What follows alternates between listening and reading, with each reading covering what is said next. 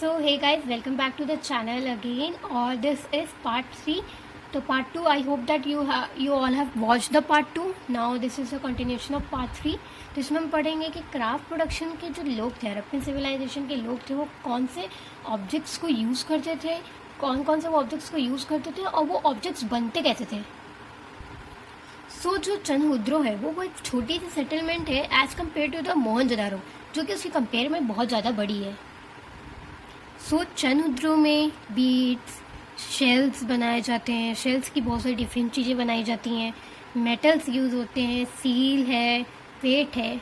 Weighing में बहुत बड़ा रोल प्ले करता है चनहुद्रो. सो स्टूडेंट्स देखते हैं कि बीड्स किस टाइप के मटेरियल से बनते हैं.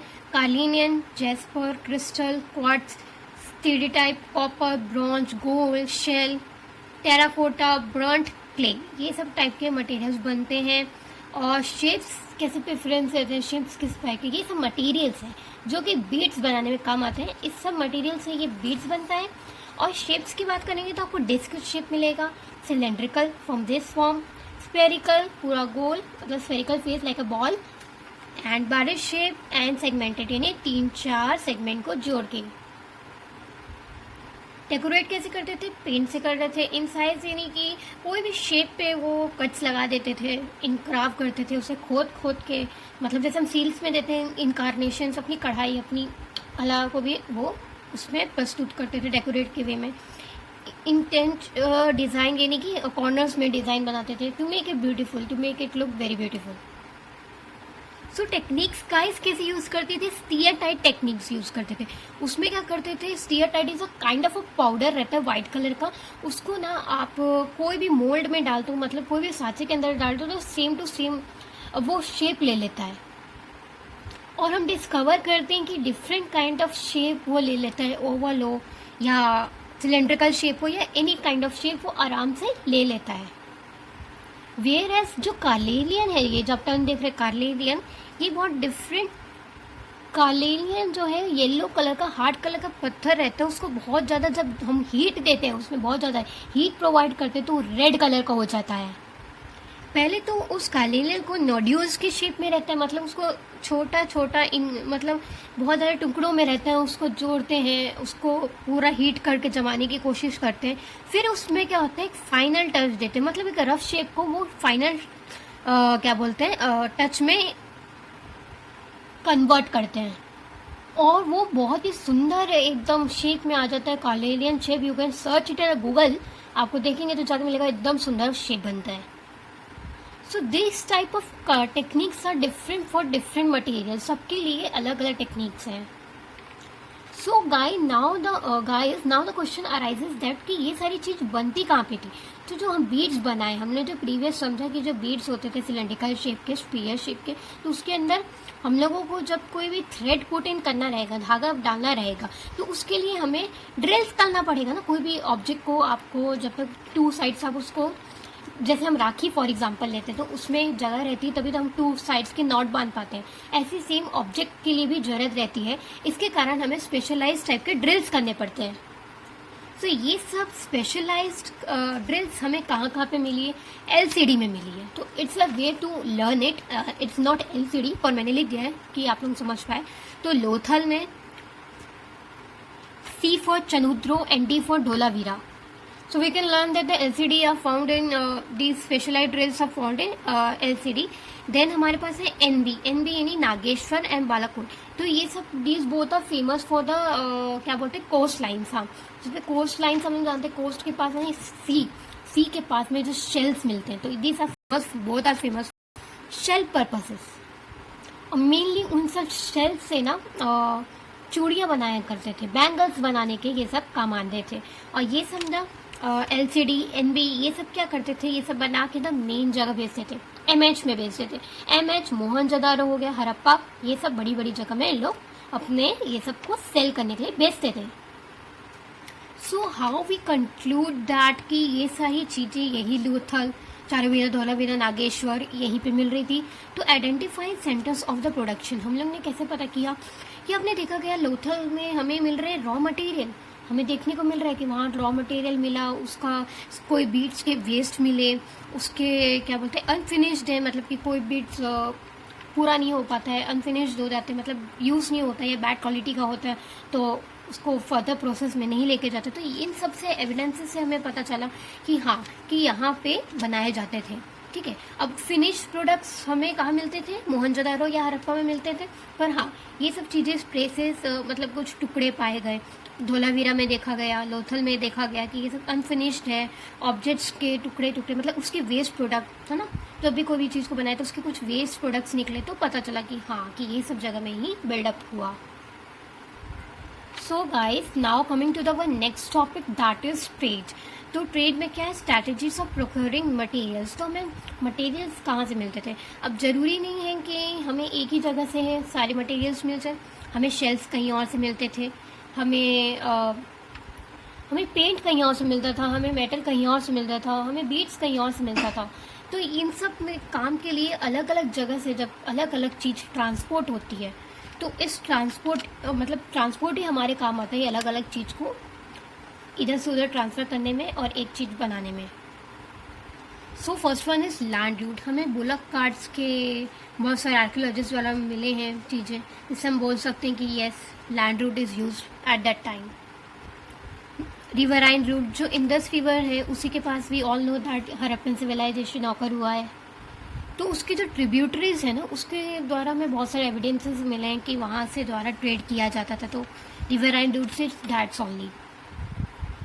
कोस्टल रूट्स, यानी कि सी को भी यूज़ किया जाता था ट्रेड के लिए। तो अब हम देखते हैं कि हमारे इंडियन सब कॉन्टिनेंट के आसपास से ही सारी चीज़ें लाई जाती थी। We get to know that about that. तो जैसे सेल्स NB से लेकर जाते थे, नागेश्वर बालाकोट से। तो लोगों ने क्या करना शुरू किया, जैसे सेल्स नागेश्वर बालाकोट में मिलते थे तो वहीं पे उन लोग अपना सेटलमेंट करने लगे, वहीं पे उन लोग स्टैब्लिश होना चालू भी कर दिए। Lapis lazuli which is very, बुरखा head which is famous for the बुरखा हेड, बहुत सुंदर इमेजेस हैं। तो ये शोटोगाई से आता था। काटेलिन जो कि लोथल से आता था। अभी काटलिन के बारे में आपको पूरा सिनेरियो बताया था कि कैसे पाउडर से बनाते थे काटलिन। ओके, स्टीयरटाइट जो कि southern Rajasthan and northern Gujarat में मिलता था। तो वहाँ पे लोगों ने इन सब जगह में सेटलमेंट्स अपने करना चालू कर दिया। ओके, और कभी उन लोगों को बहुत दूर जाना रहता था ना, तो उन लोगों को एक्सपीडिशंस करनी रहती थी। सो मेनली उन लोग कॉपर जो लेने जाते थे, उन लोग राजस्थान लेने जाते थे, जो कि खेतरी एरिया में था। सेम एज गोल्ड के उन लोग जो जाते थे, साउथ इंडिया जाते थे।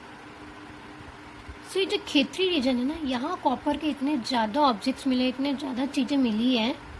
So the archaeologist said that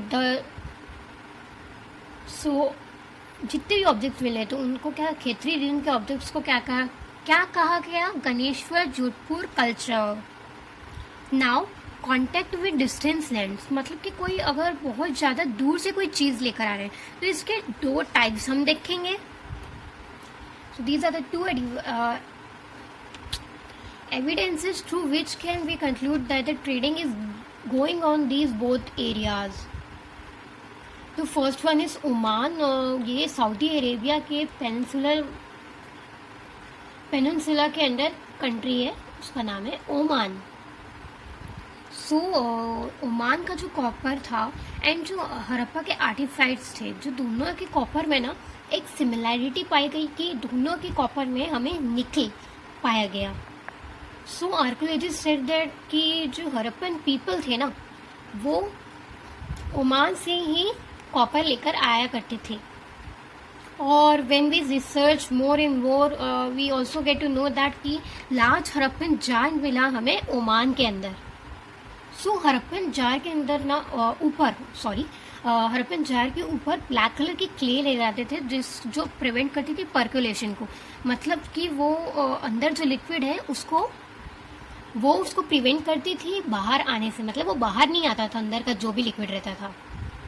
archaeologist further predicted that कि जो हड़प्पा के लोग थे ना, वो ब्लैक क्ले जो ब्लैक जार के वेसल के अंदर उनको कुछ ओमान के लोगों को डाल के कुछ देते थे और बदले में ओमान के पीपल उन्हें कॉपर प्रोवाइड करते थे। So we can say that कि this is a kind of trade जो ओमान के पीपल के साथ हड़प्पन पीपल ट्रेड करते थे। नाउ द मेसोपोटामिया की जो स्क्रिप्ट है उसमें हमें मिला है 3rd millennium BCE। Millennium means 1000, BCE means before common era. So basically हम बोल सकते हैं कि इस टाइम पीरियड के अंदर हमें एक स्क्रिप्ट मिली है जिसमें कि मेसोपोटामिया यानी कि एंशियंट इराक के जो लोग हैं वो मगन नाम की जगह से कॉपर मंगवाते थे। सो आर्कियोलॉजिस्ट थिंक्स दैट कि जो द टर्म मगन है वो ओमान के लिए यूज़ किया गया है। I hope this concept is clear. Now जो मेसोपोटामिया है ना वो प्रेजेंट डे जो इराक है ना उसको पहले मेसोपोटामिया ही बोला जाता था। सो ये जो मेसोपोटामिया है ना वो 3 जगहों से ट्रेड करती थी। सो ऐसा इनकी स्क्रिप्ट्स में लिखा हुआ है। सो फर्स्ट इज दिलमुन, मगन एंड मेलहुआ। मगन आर्कियोलॉजिस्ट में ओमान इसको मानते थे, मे बी हम लोग इसको मानते थे, हम लोग इसको कंक्लूड नहीं कर सकते। और मेलहुआ इससे पोलिनियन, लैपिस लाजुली, कॉपर, गोल्ड ये सब मिलते थे। और हमने देखा है कि ये सारी चीज़ें जो जितनी भी टर्म्स मैंने अभी आपको बोले ये सारी चीज़ें हड़प्पन सिविलाइजेशन में बहुत ज़्यादा ग्रेट अमाउंट में मिलता है। तो फिर से हमने एक प्रिडिक्शन लगाया, एक मतलब निकाल लिया, ये जो मेलुआ है ना वो मेसोपोटामिया लोगों ने हड़प्पन कल्चर को नाम दिया है। तो मेसोपोटामिया लोगों ने मेलुआ नाम हड़प्पन कल्चर को दिया है। पीपल्स ऑल्सो से दैट कि जो हड़प्पन कल्चर के लोग हैं and the land of Harappan culture, their land is the land of seafarers, means the people who comes from the sea, मतलब कि जो लोग सी से आते थे और उनके साथ ट्रेड करते थे। So guys that's it for the today's video. अगर आपको कोई भी डाउट है तो आप पूछ सकते हो। Thank you.